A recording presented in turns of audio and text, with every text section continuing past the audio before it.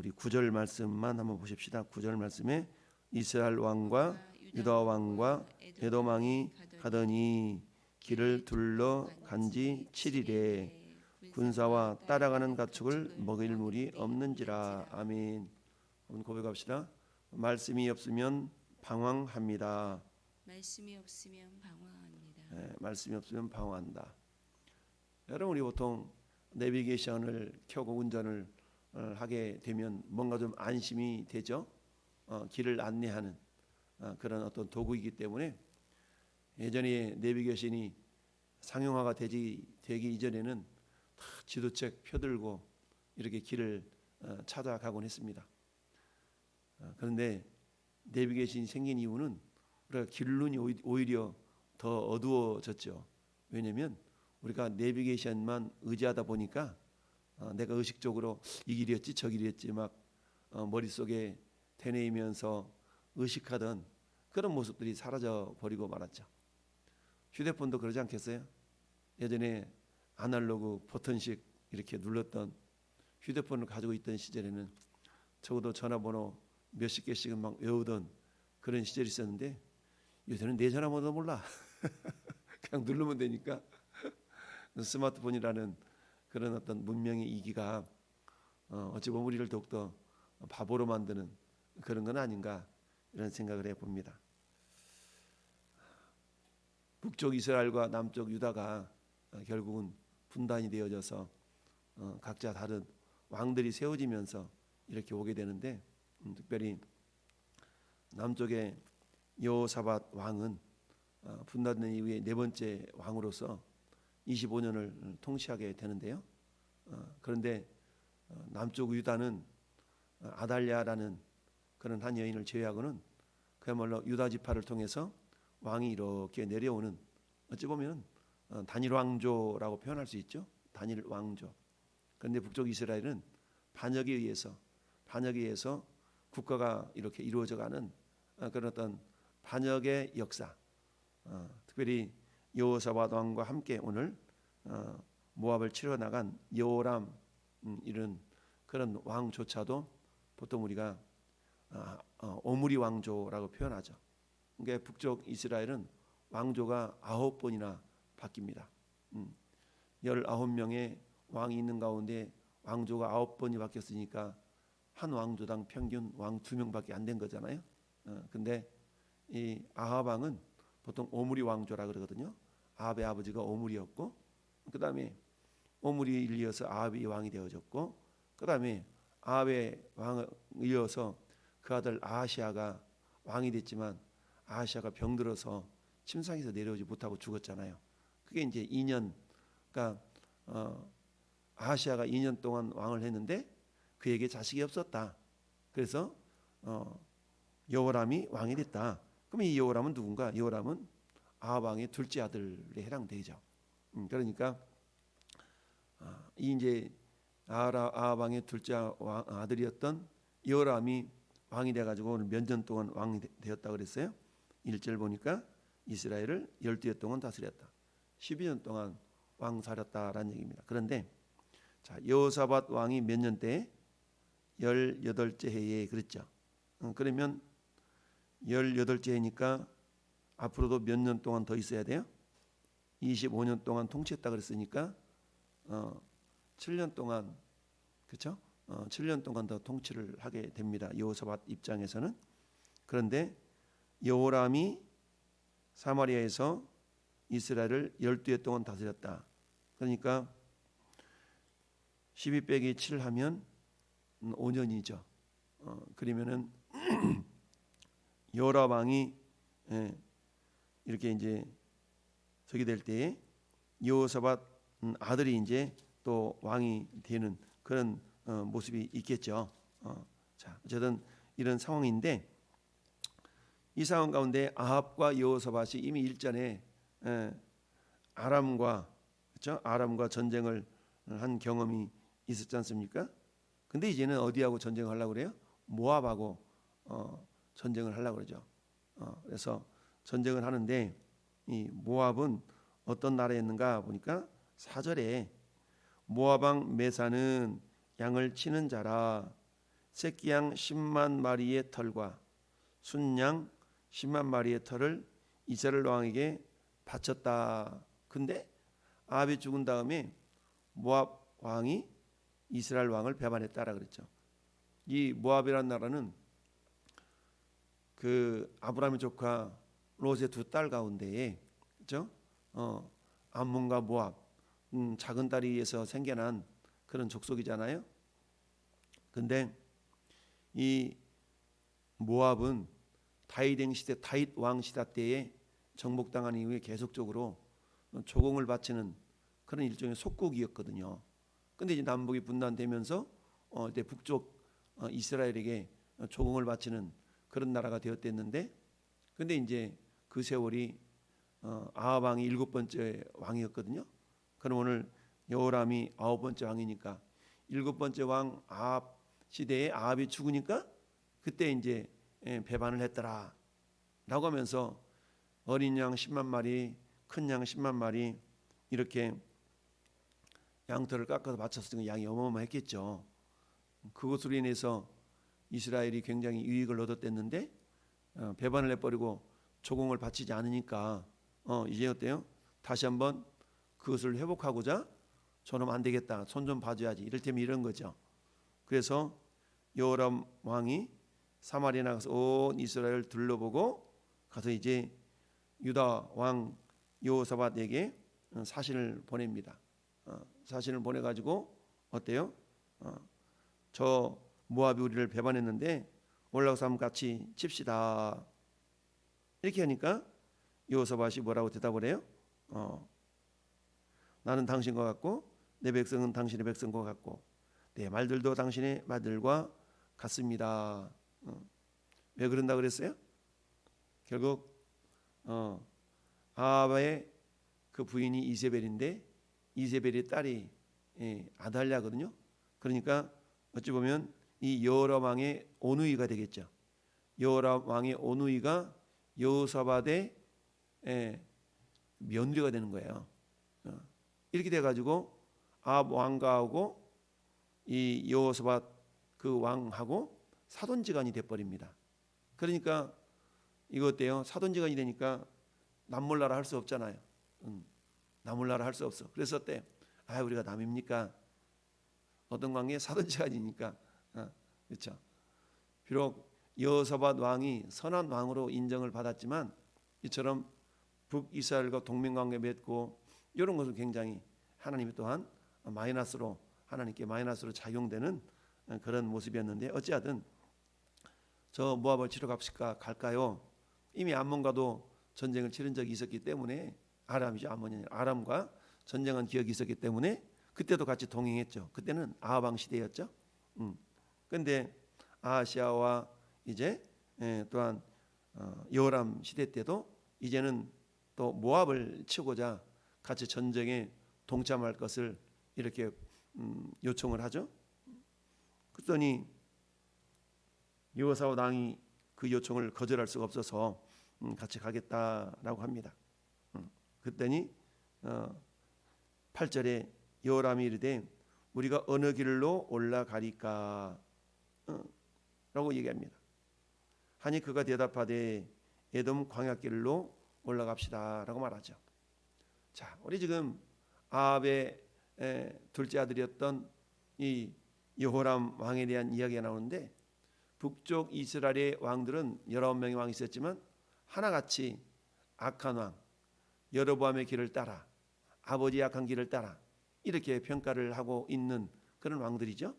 근데 2절 말씀 보면 그가 여호와보시기에 악을 행하였으나 그의 부모와 같이 하지는 아니하였으니 이는 그가 그의 아버지가 만든 바알의 주상을 없이 하였음이라.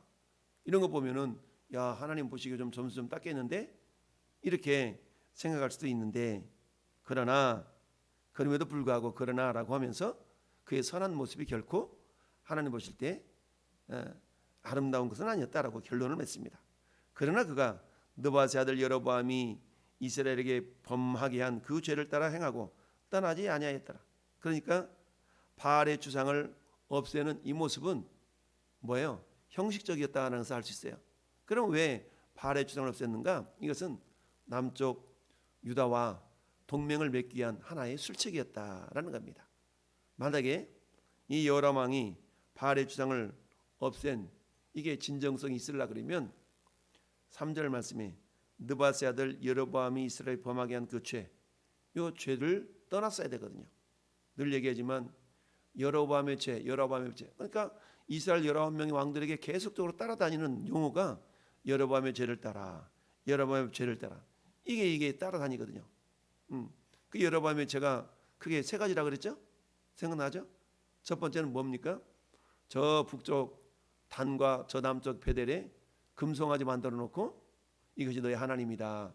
여러분, 송아지, 소우상은요, 저 애굽에서 섬겼던 애굽의 신이거든요. 그러니까 애굽의 신인데 이 송아지를 만들어 가지고 그것을 애굽의 신이긴 신인데 이것이 하나님이다라고 명칭만 바꿨던 것이지 그 우상 숭배이었었죠. 두 번째는 또 뭐라 그랬어요? 일반 평민이 원하기만 하면 뭐예요? 그냥 제사장을 시켜버리는 그런 어떤 또 죄를 저질렀죠. 그 당시에 제사장은 레이지파를 통해서만 하나님께서 제사장을 세우도록 그렇게 말씀하셨는데 평민이 내가 한번 해볼게. 그럼 너도 한번 해. 이렇게 한 이유는 왜 그러냐면 요소마다 제단을 쌓아놓고 우상을 섬기는 그런 어떤 나라를 만들다 보니까 제사장이 부족했던 겁니다. 그러니 어때요? 원하는 사람마다 그래 네가 해 이렇게 된 거고요. 세 번째 여로보암의 죄가 또 뭐라 그랬죠? 그것은 보통 날짜를 하나님이 원하지 않는 날짜를 명절 삼은제, 즉 장막절이라는 절기는 7월 15일부터 한 주간 동안 지켜야 되는 절기인데 7월 15일이 아니라 한 달을 늦춰서 8월 15일. 그게 보면 인간적으로 볼 때 7월 15일은 그 이스라엘로 따지면 한마디로 하면 농사철이라 바쁘거든요. 그러니까 이 이스라엘 그 생각에 북쪽 이스라엘 생각 왕 생각에 여로보암 생각에 그러면 한 달 정도 늦추면 추수도 얼추 끝나고 좀 한가하니까 이렇게 이제 계산을 했던 겁니다. 근데 이것이 하나님이 보실 때 악이 되었던 거죠. 그래서 이 세 가지 죄 때문에 계속적으로 여로보암의 죄를 따라 하면서 이 명칭이 따라다녔던 겁니다. 어찌하든 이렇게 해서 이제 모압을 치러 올라가는데 어느 길로 갈까요? 라고 물어보잖아요. 근데 모압을 치러 가는 길이 그게 두 갈래 길이 있었어요. 두 갈래 길. 한 갈래 길은 북쪽 코스, 한 갈래는 남쪽 코스. 이렇게 되어지는데 북쪽 코스가 훨씬 짧고 간단해요. 평지예요. 근데 이미 그 북쪽에는 모압이 그 지역을 정벌을 하고 한마디로 하면 요새화를 시키고 거기가 오기가 쉬우니까 한마디로 말하면 방어를 철저하게 하고 있는 그런 모습이었던 겁니다. 그러다 보니까 여호사밧은 북쪽 코스가 아닌 남쪽 코스를 이렇게 선택을 하게 됩니다. 근데 남쪽 코스는 이렇게 삥 둘러서 가는 길이다 보니까 코스가 험난하고 길이 먼 길이었어요. 그렇지만 거기에는 방어가 이 모압이 방어하기가 좀 이렇게 좀 느슨한 그런 곳이기 때문에 그것을 선택했거든요. 그런데 자 이때 출전한 왕이 이스라엘 왕과 유다 왕뿐만 아니라 한 왕이 더 있죠. 에돔 왕 있죠. 에돔 왕. 그러니까 이 남쪽 코스는 에돔을 거쳐가는 코스였다는 얘기인데, 근데 이때 에돔은 남쪽 유다의 속국이었던 겁니다. 에돔은 남쪽 유다의 속국이었어요. 그러니까 에돔은 야곱의 후손이잖아요. 에돔 야곱의 후손.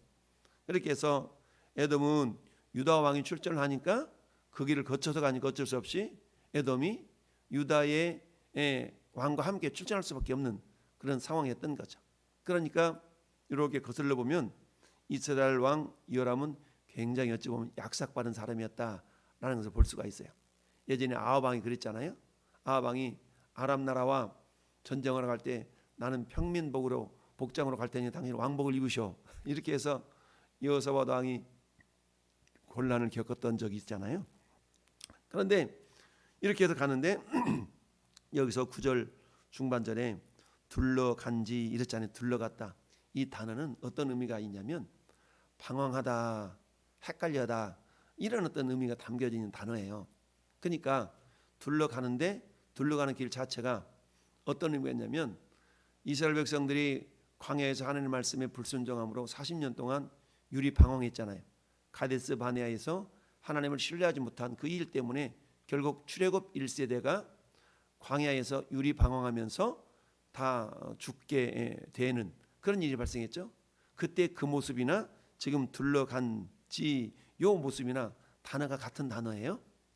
그러다 보니까 하나님이 이처럼 말씀을 온전히 신뢰하지 않는 이들의 모습 속에 하나님이 일부러 방황하도록 해버렸다라는 얘기입니다. 그러니까 우리가 뭘 생각할 수 있냐면 사람이 아무리 자기 길을 계획할지라도 그 걸음을 하나님이 인도하셔야만 된다라는 것을 우리가 생각할 수가 있습니다. 뿐만 아니라 어때요? 내가 산을 향하여 눈을 돌리라. 나의 도움이 어디서 올꼬? 나의 도움은 천지를 만드신 여호와에게서이다라는 시편 121편의 말씀처럼 결국 하나님이 도와주셔야만 되는 그런 모습들이 전쟁이든 우리네 일상생활이든 그렇다라는 것을 우리는 알아야 되는데요. 이처럼 나름대로 잔꾀를 피워서 남쪽 유다도 동참시키고 그다음에 에돔도 군사력을 이렇게 동참시킬 수 있는 그런 어떤 잔꾀를 피웠지만 막상 진격기 올라가다 보니까 어떤 현상이 나타나요? 헤매고 있는 현상이 나타나더라. 그러면서 가축을 먹일 물도 없다. 군사와 따라가는 가축을 먹일 물도 없다는 얘기는 어때요? 전쟁에 패할 수밖에 없는 그런 모습이죠. 그러니까 아무리 사람이 잔꾀를 피워서 이렇게 해야지 한다 할지라도 결국 하나님의 도우심의 손길이 없다면 안 된다라는 것을 우리가 알 수가 있습니다. 그렇습니다. 이 길로 가면 한마디만 보초도 없고 경비도 느슨하니까 우리가 이기겠지? 라고 하지만 그렇게 해서 승리가 보장되는 것은 아니다라는 것을 우리가 다시 한번 생각해 봅니다. 여러분, 승리의 비결은 뭐예요? 우리를 사랑하시는 이로 말미암아 우리가 넉넉히 이기느니라. 우리의 이김은 이것이니 우리의 믿음이니라. 결국 승리의 비결은 우리에게 있지 아니하고 하나님께 있다라는 것을 우리가 알 수 있어야 됩니다. 이처럼 여호람은 하나님을 외면하고 결국 사람을 의지한 그런 꼴이 되었지 않습니까? 그러니까 뭐 할 수밖에 없어요? 방황할 수밖에 없었다. 여러분, 마실 물이 없다는 얘기는 물이 없으니까 방황하는 인생이라는 얘기는 결국 우리가 성경에서 물은 하나님의 말씀에 비유한 적이 많죠. 나를 믿는 자는 그 배에서 생수의 강이 흘러나오리라. 성령을 통한 말씀의 왕성한 역사를 상징하고 있는 거 아니겠어요? 요한복음 4장에 이 물을 먹는 자마다 다시 목마르지만 내가 주는 물을 마시는 자는 영원히 목마르지 않는다. 그래요? 그 물 좀 주세요. 이처럼 물은 우리 주님의 말씀을 또 상징하고 있지 않습니까? 이처럼 물이 없는 인생은 방황하는 인생이 될 수밖에 없는 겁니다. 하나님을 의지하지 않냐고 신뢰하지 않았기 때문에 하나님께서는 어때요? 평상시에는 그곳에 물이 많은 곳이었지만 하나님이 물이 나오지 않도록 그때는 역사하셨다는 것인데 이처럼 물이 없는 인생은 방황할 수 있는 인생이요. 물이 없는 인생은 결국 목말라서 죽을 수 있는 그런 인생이 될 수 있다는 걸 기억하면서 우리의 인생도 그렇다는 얘기입니다. 여러분, 내가 잔꾀 펴서 내 꾀로 그 길이 이렇게 가면 지름길이고 잘 될 것 같지만 그곳에 하나님의 말씀이 없다면 그 길은 방황하는 인생이 될 수밖에 없다는 사실을 기억하면서 오늘 하루도 우리 철저하게 하나님의 말씀을 주야로 묵상하는 복 있는 자들이 되어져서 오늘 말씀 속에 생수를 얻는 복된 하루가 되기를 예수님의 이름으로 축원합니다. 아멘.